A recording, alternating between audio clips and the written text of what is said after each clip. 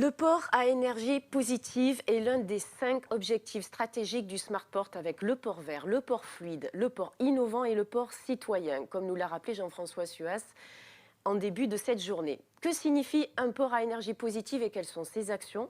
Nous nous sommes posé toutes ces questions à travers des projets autour du port de Barcelone que l'on vient d'évoquer et aussi sur le GNL, l'hydrogène, le raccordement électrique des navires à quai et le plan escale zéro fumée. Pour témoigner sur ces sujets d'énergie positive, j'accueille avec nous sur le plateau Mathieu Storz, directeur des terminaux méthaniers d'LNG à Fos-sur-Mer et vice-président du conseil de développement du port de Marseille-Fos. Bonjour Mathieu. Bonjour. J'accueille également Patrick Dilly, bonjour, directeur mobilité hydrogène chez Air Liquide. Bonjour.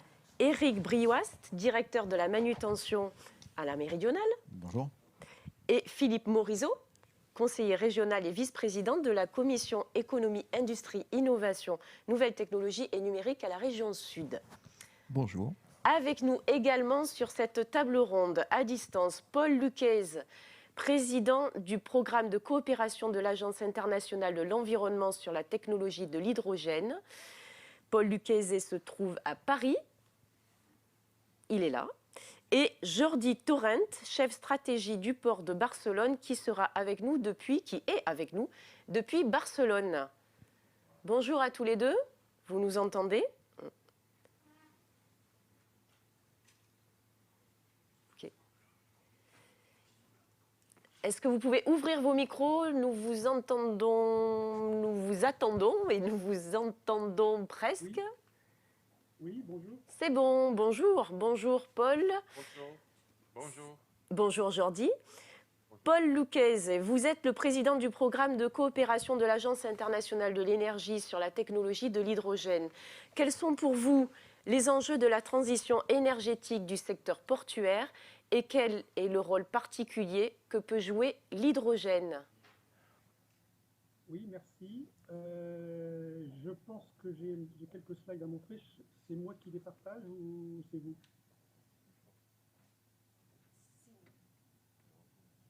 Alors, je vais les partager. Alors, donc je vais vous parler du rôle de la décarbonation du maritime et des ports. Excusez-moi une seconde. Voilà. Est-ce que vous voyez mes slides? Oui. Ah, je n'ai pas de retour. Vous voyez mes slides? Oui, on les voit très bien. Ok. Bon, je suppose que oui. Donc, je vais commencer par donc il y a deux aspects, hein. Il y a le volet maritime, et bien sûr qui est connecté au port, et le volet plus portuaire. Sur ce slide, j'ai volontairement présenté deux scénarios différents.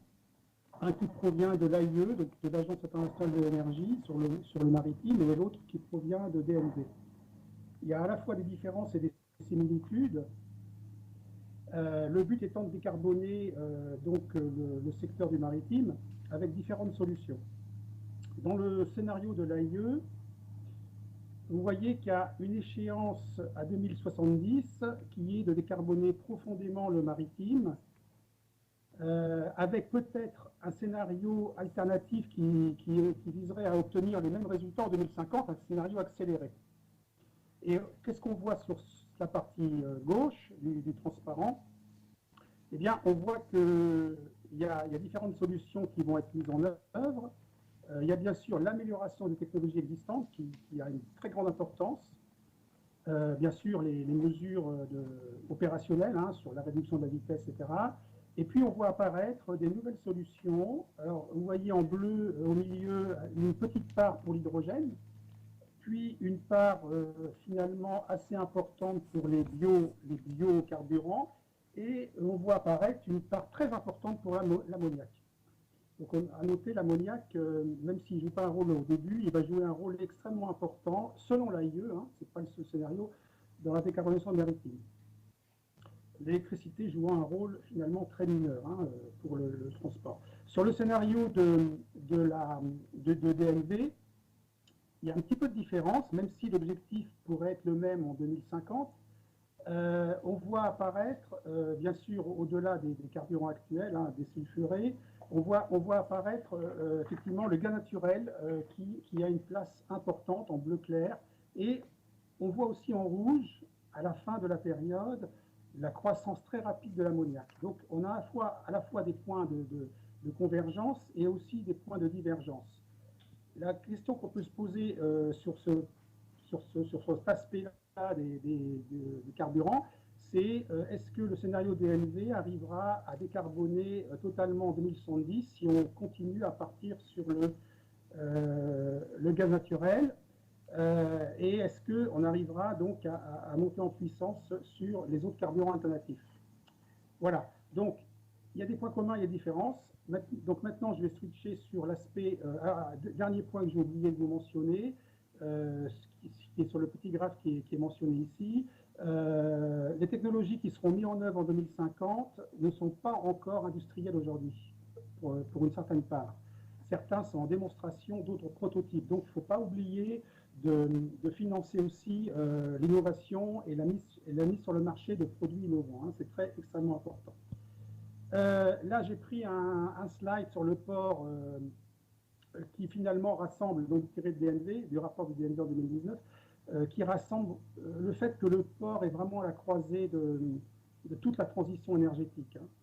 Ce n'est pas uniquement l'objet uniquement décarboné, mais ce n'est pas uniquement un rôle passif, mais ça peut avoir aussi un rôle très actif parce qu'il peut être un acteur majeur, un hub de la décarbonation de l'économie.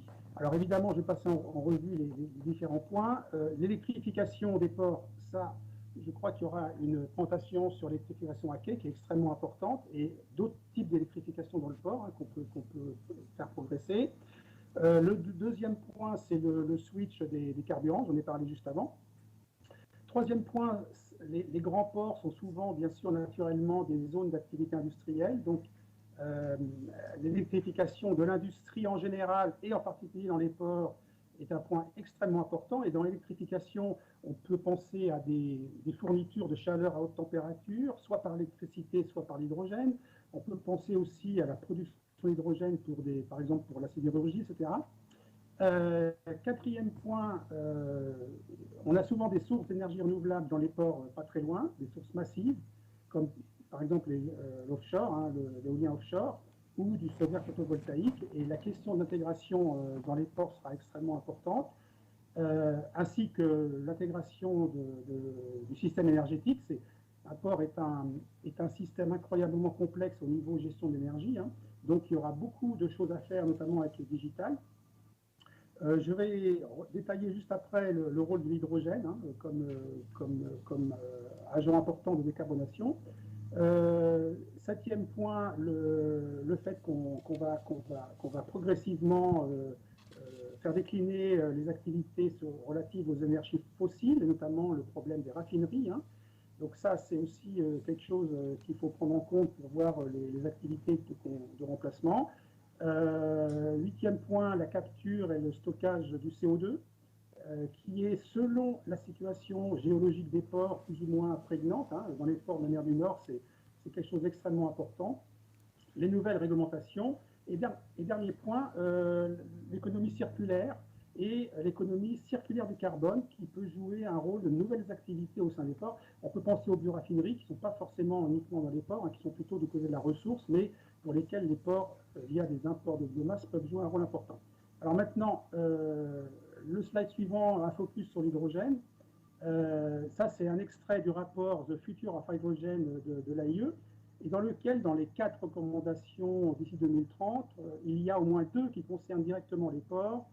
C'est le fait que les ports sont un lieu privilégié pour déployer toutes les technologies hydrogènes, y compris donc les activités industrielles, les activités d'industrie lourde et le transport, mais aussi pour initier un commerce international. Ça, c'est un point qu'il faut souligner. Évidemment, ce n'est pas pour tout de suite, mais petit à petit, on pourra voir apparaître un commerce international, soit d'hydrogène, soit de ces produits dérivés comme l'ammoniac, le méthanol, et ça va donner lieu à un petit bouleversement de la géopolitique, comme je vous le montre là, c'est mon dernier slide.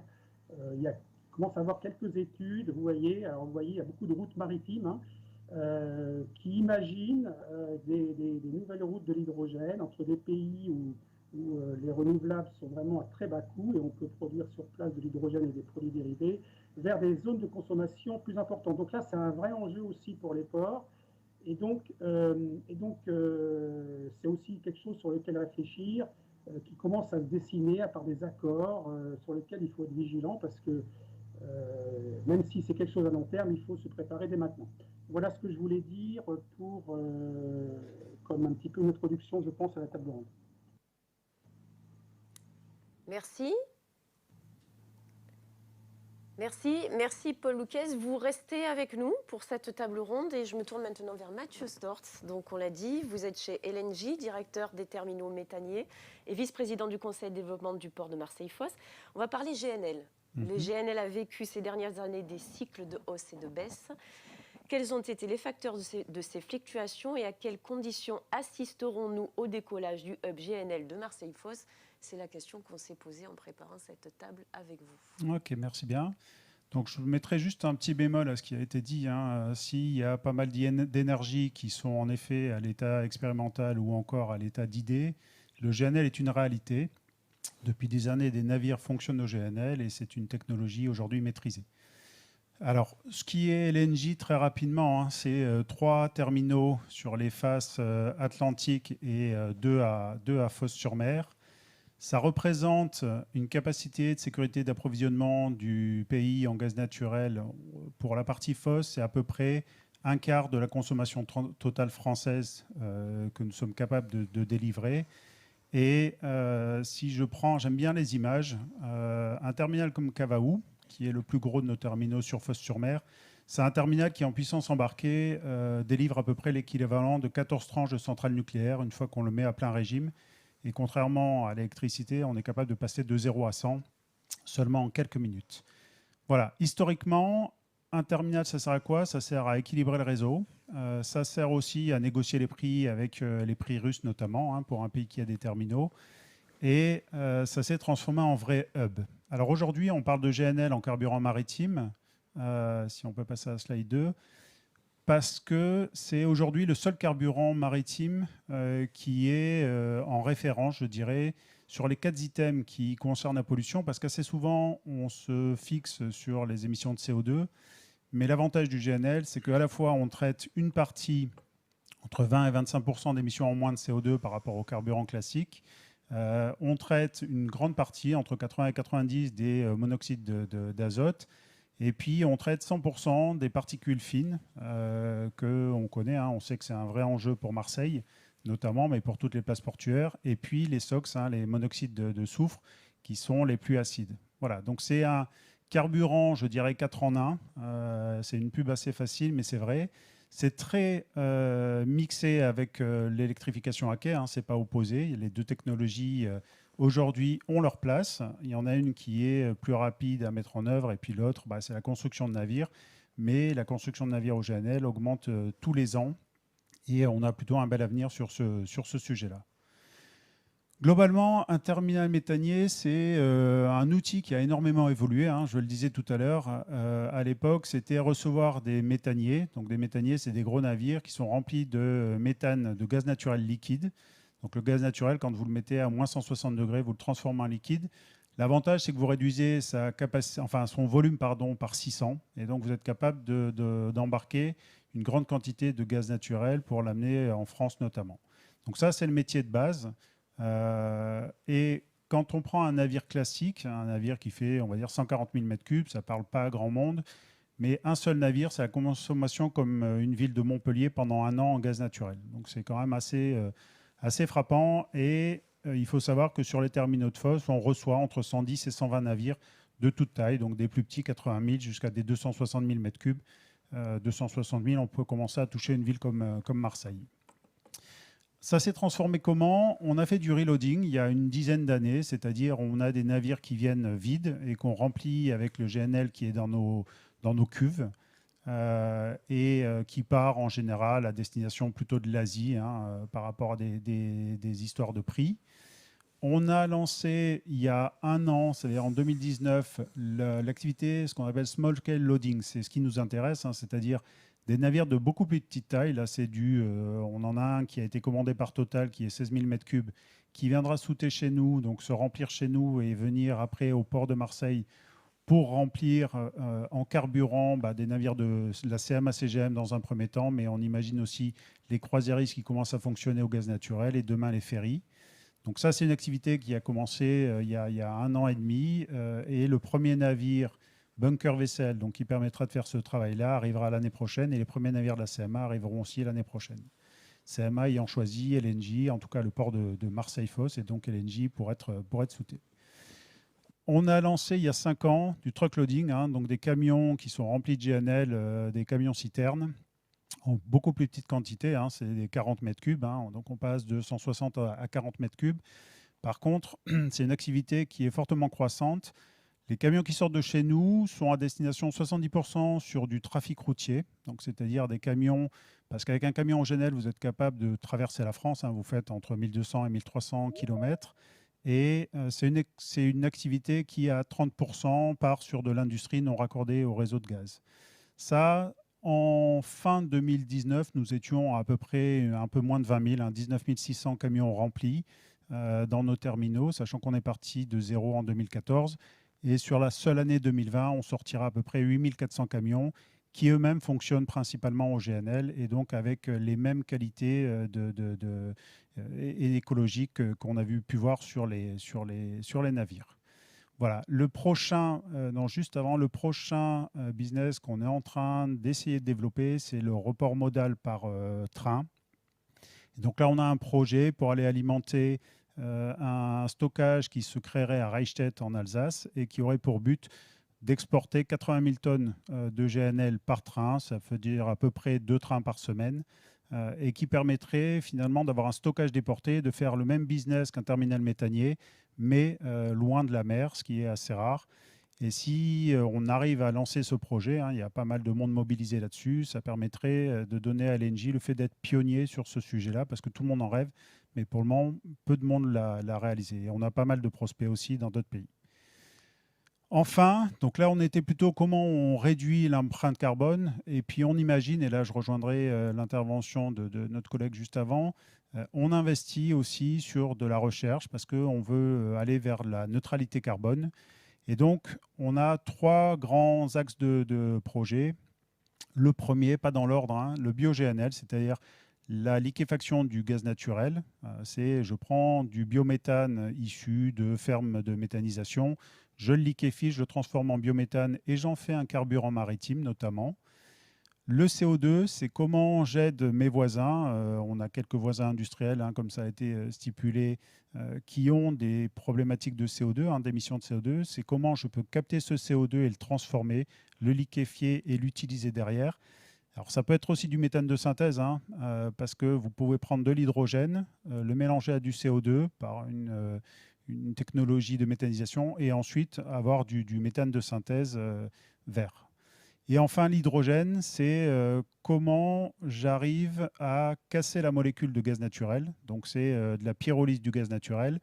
Et je coupe la molécule de gaz naturel qui viendrait sur un terminal en deux, une partie hydrogène, une partie carbone solide. Le carbone solide étant un des sourcings pour l'industrie du pneu, et comment je peux utiliser derrière cet hydrogène. Donc on imagine, nous, et on investit dans la recherche et développement.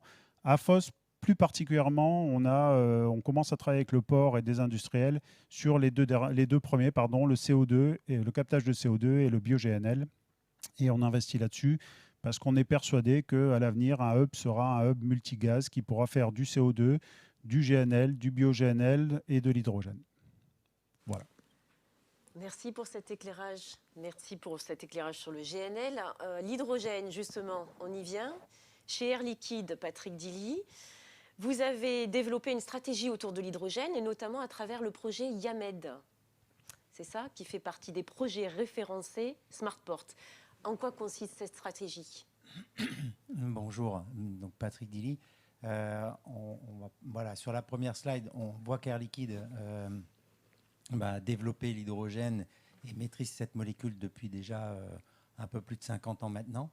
notamment à travers le spatial à l'origine, avec des projets qui, quand on regarde les points de couleur sur l'ensemble de la planète, sur 3 zones géographiques, l'Asie, Nord-Amérique et puis l'Europe, et à travers quelques exemples de projets comme au Danemark où on a une unité de production d'hydrogène renouvelable qui permet de distribuer cet hydrogène à l'industrie comme à la mobilité. Et si je prends l'exemple des taxis parisiens, donc 130 taxis aujourd'hui roulent à l'hydrogène dans Paris. Projet Hype sur lequel Air Liquide a été très impliqué depuis la COP21, donc en décembre 2015. Autre exemple, les 8 bus hydrogène qui circulent sur la commune de Versailles, avec une expérimentation d'un bus dernièrement avec la RATP. Donc un certain nombre de dossiers, de sujets, d'expérimentation, de développement de cette mobilité un peu partout à travers le monde. Si je fais un focus sur la slide suivante, 4 aujourd'hui, un exemple de mobilité qui s'est déployé depuis 2014 sur le premier site qui était IKEA à Saint-Quentin-Fallavier, donc à côté de Lyon, c'est les chariots élévateurs hydrogène. Donc substitution de la batterie par une pile à combustible, ce qui permet effectivement de recharger le chariot en quelques minutes et d'avoir une performance ou une autonomie de ce chariot, une performance constante sur ces 8 heures de fonctionnement ou ces 10 heures de fonctionnement. Les autres sites étant du côté d'Orléans et le plus gros site français Carrefour dans le nord de la France qui permet de regrouper 137 chariots hydrogène. Donc ça, c'est une réalité, c'est des sites qui fonctionnent depuis, on l'a dit, IKEA 2014, Prélo Centre, premier site 100% hydrogène, donc du côté d'Orléans 2017, donc plusieurs années sur l'exploitation de ces chariots hydrogène. Maintenant, on en vient au cœur du sujet, donc le projet IAMMED. Qu'est-ce que c'est que le projet IAMMED ? C'est le regroupement d'un certain nombre d'acteurs autour d'une station qu'Air Liquide va investir, installer et opérer à partir de mars 2022. Ça sera la plus grosse station de distribution d'hydrogène véhicules lourds, donc sous-entendu 700 bars au débit, d'une capacité d'une tonne jour. Pour donner un ordre de grandeur, ça permettra de recharger une vingtaine de camions par jour et avec l'implication d'un certain nombre d'acteurs, que ce soit des transporteurs, comme ce qu'on peut voir sur la slide, Jackie Perreno, Blondel, ID Logistique, Malherbe ou les transports Chabas, évidemment des chargeurs comme Carrefour, Monoprix ou Coca-Cola, les constructeurs qui sont également mobilisés sur ce type de sujet, avec l'implication aussi bien d'un prototypiste comme Green GT que d'un constructeur comme Iveco. Et ce projet est soutenu par l'Europe, mais également par l'ADEME au niveau national et par la région. Et j'en profite pour remercier ces financeurs et ces aides qui nous sont apportées par ces différentes institutions. Les camions vont arriver donc en courant 2022 et pour donner un ordre de grandeur, sur une base de 2 millions de kilomètres parcourus sur l'ensemble de ces camions par an, on économisera 1500 tonnes de CO2 par année. Voilà ce que je pouvais dire sur ce projet qui est en cours de réalisation, contrairement aux autres qui sont déjà en opération. On y reviendra peut-être en fin de table ronde pour quelques précisions. On a des questions qui se posent là, je vois. Monsieur Briouast, la Méridionale. La Méridionale est engagée dans la transformation énergétique sur différents axes et vous avez été l'un des premiers acteurs à vous engager dans la démarche Smartport. Vous êtes un partenaire très impliqué et moteur dans le premier challenge de l'édition de 2019, donc vous nous en parlerez peut-être un peu plus tard. La Méridionale est la première compagnie en Méditerranée à s'être dotée du système d'électrification à quai des navires. Et dans quel cadre s'inscrivent ces projets et quels en sont les enjeux? Voilà la question pour vous. Merci. Le smart port, quelque part, c'est un petit peu la smart attitude qu'on peut tous avoir dans nos métiers au quotidien. Cette smart attitude à la Méridionale, ça fait quelques années que l'on la développe sur l'amélioration de la qualité de service offerte à bord de nos navires, mais aussi à l'empreinte carbone de notre activité, qu'elle soit terrestre sur nos terminaux ou maritime. Et c'est dans cette optique-là que l'on a souhaité électrifier nos navires. Alors là, on a une image qui est assez peu courant, de 3 de nos 4 navires à quai. Ils sont tous branchés. C'est-à-dire que pendant leur escale, il n'y a aucune émanation d'aucune pollution quelconque. Ils sont tous électrifiés, ce qui permet d'avoir zéro impact environnemental pendant l'escale à quai. Si on peut passer à la suivante. Donc, depuis fin 2016, le projet a été lancé. Début 2017, électrification des navires. Ça nécessitait un certain nombre de modifications, certes mineures par rapport à d'autres projets comme la propulsion GNL, où là c'est beaucoup plus difficile à accéder pour des navires existants. Ce qui fait que maintenant, les navires étant équipés, les quais étant aussi équipés, tous nos navires sont connectés, on l'a vu auparavant. On a été les premiers à le faire en France et en Méditerranée pour un résultat sur le slide suivant, qui nous permet, si on cherche des équivalents pour se rendre compte un petit peu, essayer de quantifier, sur tout ce qui est particules, ça équivaut à 3000 véhicules jour. Sur les NOx, c'est 6000 véhicules jour. Évidemment, la diminution de consommation en carburant. La maintenance est quelque chose que l'on ne voit pas souvent, mais quand on est quotidien et riverain du port, c'est la réduction des nuisances sonores, parce que les moteurs ne tournent plus, et paradoxalement, sur la pollution et visuelle et sonore, c'est quand même très confortable. On avait aussi un autre projet que l'on a essayé de proposer en tant que prototype. C'est une station mobile d'électrification des quais, on peut l'appeler comme ça, pour tous les quais qui ne sont pas électrifiés ou avec des puissances suffisantes en amont ou complexité à tirer du câble. On a fait le test il y a plusieurs années, en 2018, d'une production par GNL avec une citerne et tout le matériel nécessaire en aval.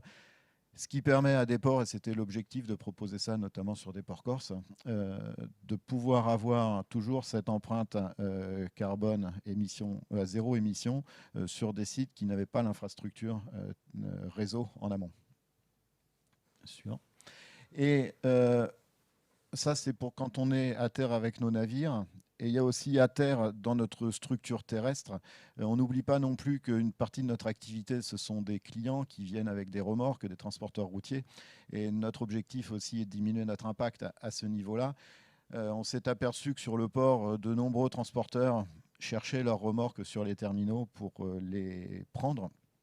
Et donc on a développé, et c'était l'objet de notre premier challenge Smartport, on a développé un système de tags RFID qui sont d'un côté positionnés sur la remorque et de l'autre côté positionnés sur la main de frein de la remorque, ce qui fait que pour le chauffeur routier, il n'y a absolument aucun geste supplémentaire. Il vient juste se crocher pour alimenter sa remorque, ce qui permet après, en donnant cette information-là au transporteur, qu'il puisse arriver et connecter directement sa remorque à quai. Le résultat, c'est l'économie de 24 heures de roulage par jour dans le port pour notre activité. Alors effectivement, les deux exemples sont quelque peu différents quant aux enjeux. C'est juste pour illustrer qu'on doit avoir une action sur tous les points et qu'on peut être actif et avoir des résultats sur tous les secteurs dans lesquels on intervient. Merci. En tout cas, vos exemples sont très parlants et très visuels et ça nous fait du bien. La Smart Attitude au Conseil régional, comment ça se passe, Monsieur Morizot, au Conseil à la région Sud? Le port à énergie positive s'inscrit pleinement dans la stratégie Une COP d'avance. Selon vous, quels sont les enjeux de l'intégration massive des énergies renouvelables dans la région et dans l'électrification des transports? C'est à vous en quelques petites minutes pour qu'on ait le temps de traiter toutes les questions qui arrivent sur le chat. Très bien. Merci. Donc oui, effectivement, la région est, comme le dit le président Muselier, un petit pays qui a pour particularité d'avoir 3 grands ports. Donc le port de Marseille, où on est aujourd'hui, mais également le port de Nice et le port de Toulon. Donc là, que vient faire la région dans tout ça? La région, c'est un peu le réceptacle qui contient tous les beaux projets qu'on vient d'évoquer. Il y en a tellement d'autres. Et la région, si elle n'est pas tout, elle est partout.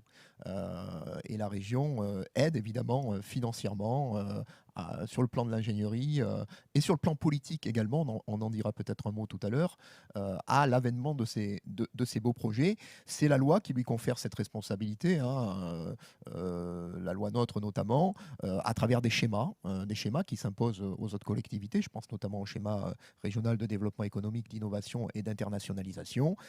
Et ce sont des schémas donc, qui caractérisent, qui décrivent, qui planifient la vision à long terme de l'organisation de notre territoire sur des domaines très, très importants, les grandes infrastructures, le transport, l'intermodalité, l'énergie, la lutte contre le réchauffement climatique et contre la pollution de l'air. Ça passe à travers des outils qu'on appelle les opérations d'intérêt régional, qui sont au nombre de 8 en région, et il y en a 3 qui importent pour le sujet d'aujourd'hui, c'est-à-dire l'OIR économie de la mer, l'énergie de demain et industrie du futur.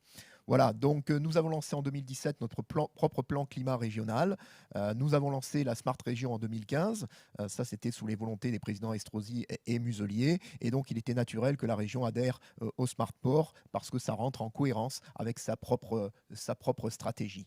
Donc là, on est sur le plan escale zéro fumée, qui est quand même un outil qui est assez emblématique de cette politique, de cette COP d'avance que veut le président Muselier.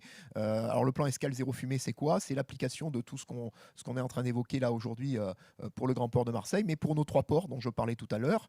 Donc ça concerne, c'est un budget de 30 millions d'euros qui a été voté le 16 octobre 2019.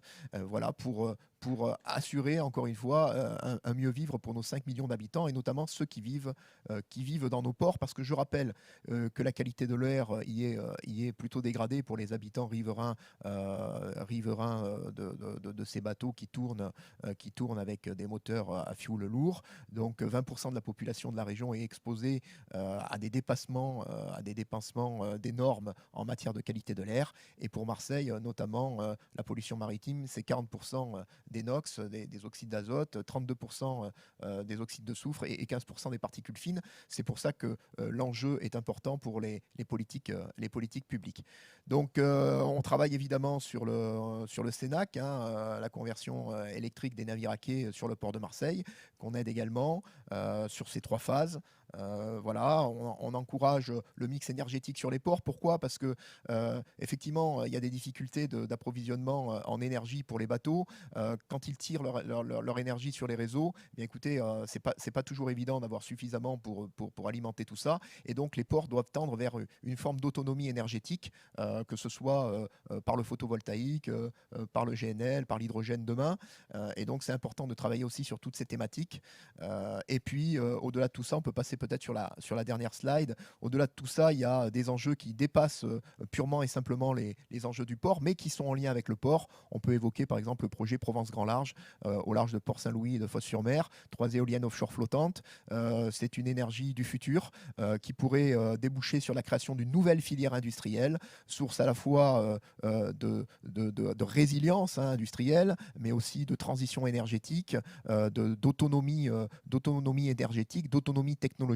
Donc la région mise beaucoup sur l'éolien offshore flottant et le port, dans ce cadre-là, serait un outil extraordinaire en termes de foncier pour assembler les éoliennes, des parcs pilotes d'abord, mais demain on espère des parcs commerciaux. Voilà très très rapidement ce que vient faire la région dans tout ça, et je pense qu'elle a un rôle moteur et important.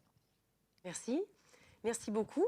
Alors on prend le large, on reprend le grand large, on retourne à Barcelone pour retrouver Jordi. Jordi Torrent, vous êtes le chef stratégie du port de Barcelone. Vous participiez d'ailleurs à cet endroit même la semaine dernière à l'événement Smart Port Spears of the Future. Bravo. Le plan stratégique du port de Barcelone 2021-2025 intègre un axe sur la transition énergétique. Pouvez-vous nous détailler les objectifs et les actions déployées dans cet axe pour vous? Oui, bien sûr. Bonjour d'abord pour l'invitation pour participer au port de Barcelone en général et à moi en particulier. Donc, c'est vrai, on va approuver dans les prochaines semaines notre plan stratégique pour les 5 prochaines années. Et non, le secteur du transport maritime, vraiment pour arriver à cette transition énergétique, à la décarbonisation du transport, c'est vrai qu'il manque malheureusement encore quelques décennies parce que le plus grand enjeu du secteur, c'est les carburants non fossiles. Et comme on vient de voir avec les autres intervenants, il manque encore malheureusement quelques années au-delà de ces 5 ans de notre plan stratégique pour arriver à une solution, disons, massive qui puisse être utilisée massivement pour réduire l'impact du transport maritime dans le changement du climat, etc. Non? Donc, on doit prendre des décisions déjà non, dans les prochains mois, années. Et c'est pour cela que notre plan stratégique 2021-2025 a comme un des grands piliers, disons, non, la durabilité et la transition énergétique. En sachant, de l'autre part, que le port de Barcelone, heureusement, ou malheureusement dans le passé, mais aujourd'hui, heureusement, on n'a pas d'activité industrielle dans les ports, donc notre impact dans le climat, dans la pollution dans la ville, dans le climat, est très réduite en comparaison avec d'autres ports qui ont des industries dans le port. Non? Alors nous, les dernières études qu'on fait d'une façon régulière, non? On a un impact de moins de 10%, et ça dépend des polluants, non? mais moins de 10% de tout ce qui est des émissions polluants dans la ville de Barcelone. Donc, le plan stratégique a trois grands piliers. Je vais me concentrer sur le deuxième, la durabilité environnementale. Et ici, on a 4 grands objectifs stratégiques, non? Le développement d'un nouveau modèle énergétique, décarboniser l'activité portuaire maritime, réduire la pollution et développer encore plus l'intermodalité. Non? Et pour citer un projet de chacun, et liant avec les autres intervenants, le GNL par exemple, non? Ici on a un plan de regasification au port de Barcelone. Cette année on a eu plus de 30 escales en GNL, non? Alors on envisage dans les prochaines années, en sachant que le GNL n'est pas une solution pour le changement climatique, mais c'est une solution pour réduire la contamination, la pollution dans la ville, non? On va doubler et tripler non? Les escales de GNL chaque an jusqu'à la fin de 2021, du période 2021-2025. L'autre grand sujet pour contribuer à cette décarbonisation du transport et à la réduction de la pollution dans la ville, c'est l'électrification des quais, comme mon collègue vient de dire auparavant.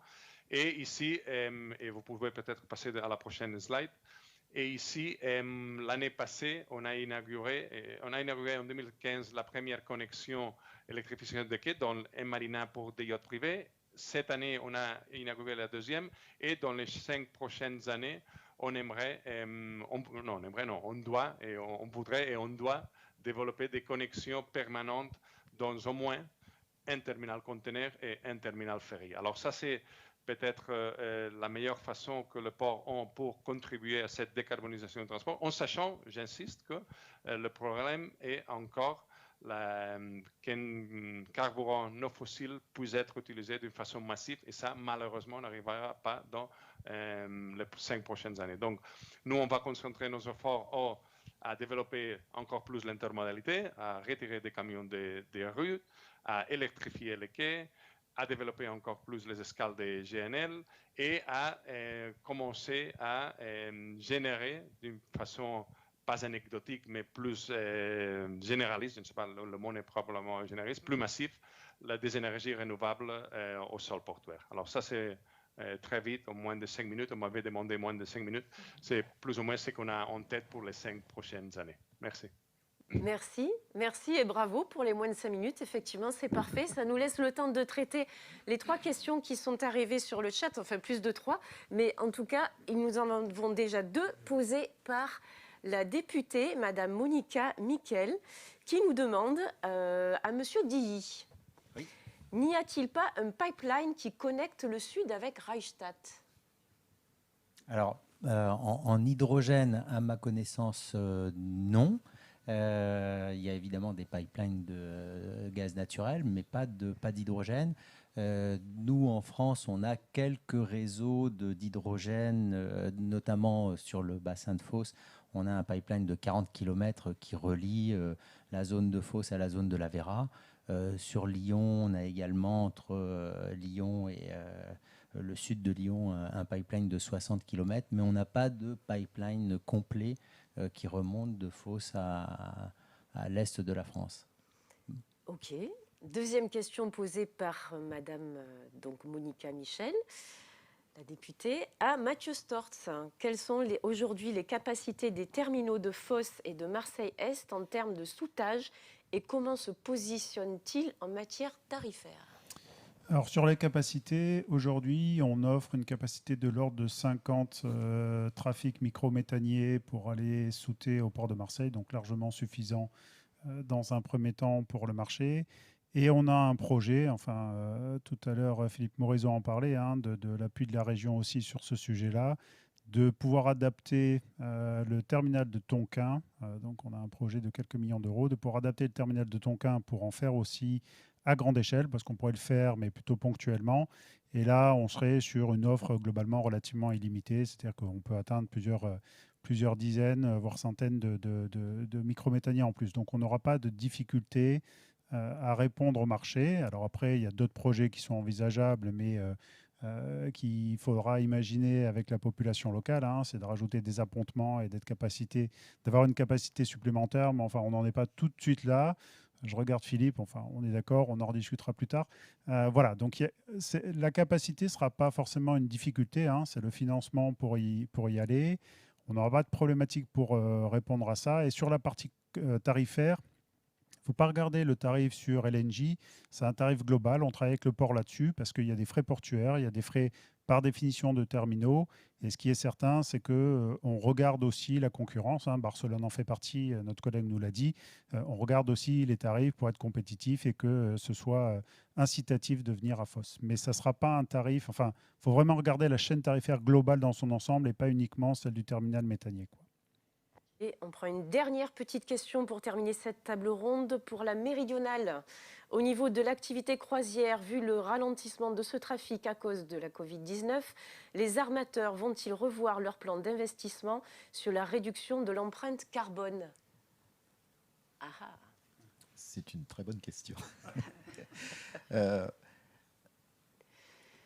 Nous, à la Méridionale, on avait déjà engagé un projet qui était un filtre à particules sur un navire qui permettait de piéger la quasi-totalité de tous les particules, que ce soit du soufre, particules fines, ultra fines. C'est un investissement, on l'a un petit peu retardé la fin du développement sur le navire. On ne va pas s'arrêter là parce qu'effectivement, il y a des choses à faire. Le Covid nous oblige à revoir un certain nombre de plans, sauf que je pense qu'on espère tous que dans quelques mois, ce sera un sujet qui sera derrière nous, on aura une activité qui va repartir. Donc c'est peut-être juste un léger ralentissement avant de pouvoir repartir encore plus vite parce qu'entre-temps, on aura acquis beaucoup d'expérience sur tous ces sujets-là et l'envie de continuer est très intense. Merci à tous. Merci à Jordi Torrent et Paul Luquez pour cette table ronde.